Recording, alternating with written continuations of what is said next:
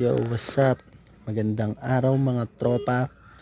At ito tayo ngayon, tamang inom ng kape. Pagkatapos uminom ng kape, tamang prepare para sa tatatakan na damit.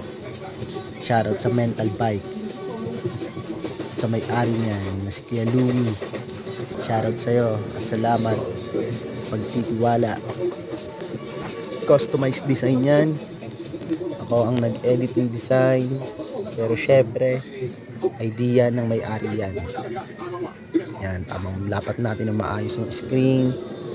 Puro DIY lahat ng ginawa natin dyan. Ultimate screen, frame screen, lahat. Tapos yung gamit natin na pintura ay tool ko. Yan. Ay naman bisang ginagamit natin yung para sa clothing.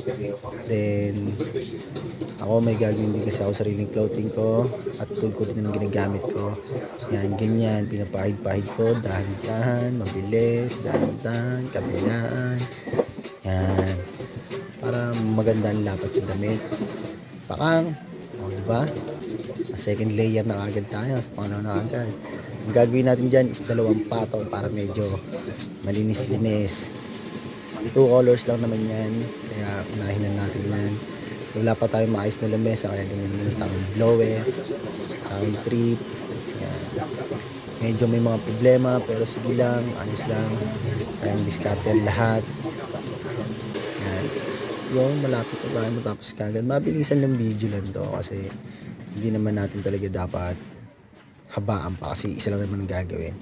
Pero sa susunod na mga upload ko, mas marami na akong video, mas mahaba na yung video. Sa ngayon, sapat naman ito para sa atin. At kung may mga katanungan kayo, pwede kayong magtanong sa akin about sa diskarte. Yan, subscribe lang kayo sa YouTube ko mga repa. Yan na, MB, mabilisan lang. Pakang, kulay pula na agad. Mental